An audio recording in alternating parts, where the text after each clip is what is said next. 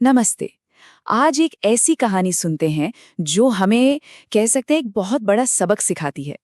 ये कहानी है एक छोटी सी गिलहरी और एक बहुत बड़े ऊंट की। तो चलिए शुरू करते हैं।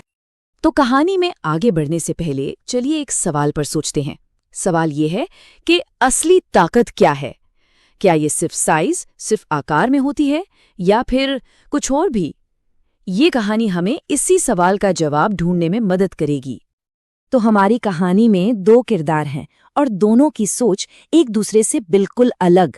एक तरफ है एक नन्ही सी गिलहरी और दूसरी तरफ एक बहुत बहुत बड़ा ऊंट। तो चलिए सबसे पहले मिलते हैं चीकू गिलहरी से। देखिए, चीकू सिर्फ अपने लिए नहीं जीता था। वो दिन रात मेहनत करता, बीज बोता और एक बेहतर कल बनाने का सपना देखता था। और ये सपना सिर्फ उसके लिए नहीं था, बल्कि पूरे जंगल के लिए था। चीकू की सोच ना बहुत साफ थी। वो यही मानता था कि अगर आज मेहनत कर ली तो कल की चिंता करने की कोई जरूरत नहीं पड़ेगी। ये तो बिल्कुल वैसा है जैसे भविष्य के लिए एक इन्वेस्टमेंट करना।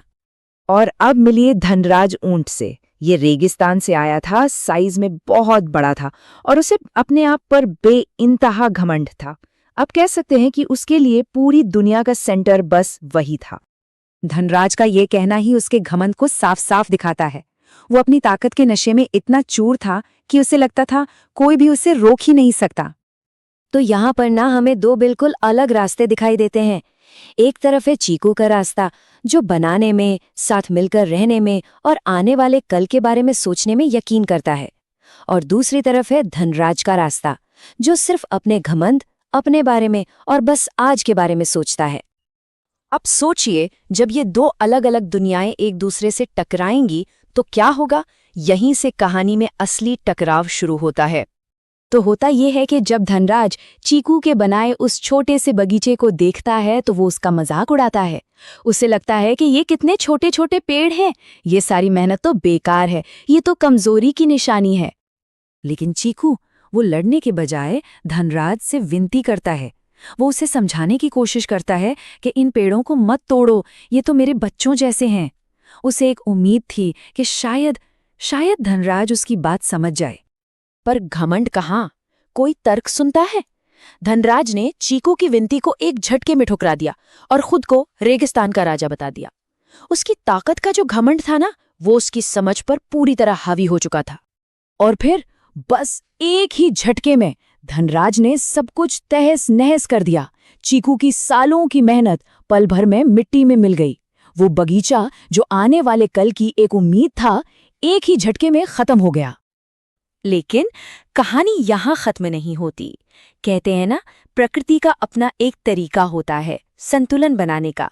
और अब धनराज के घमंड की एक बहुत बड़ी परीक्षा होने वाली थी।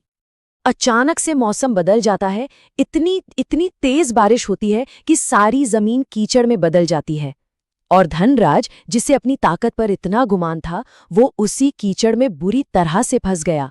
वो हिल तक नहीं पा रहा था। अब सोचिए, जो कल तक खुद को रेगिस्तान का राजा कह रहा था, उसकी दहाड़ अब मदद के लिए एक बेबस पुकार में बदल गई थी। उसकी सारी ताकत बेकार हो गई थी। वो अकेला था और एकदम लाचार।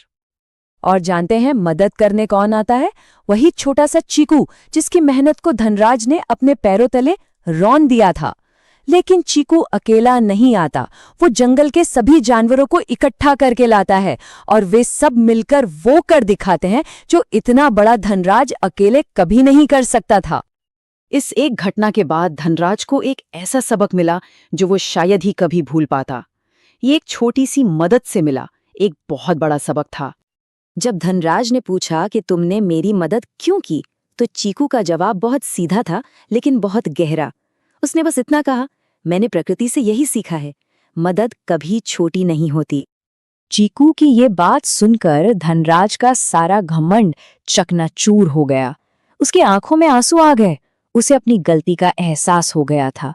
और ये सिर्फ एक सॉरी नहीं था, ये एक नए बदलाव की शुरुआत थी। और इसके बाद विनाश की जगह ले ली थी निर्माण ने।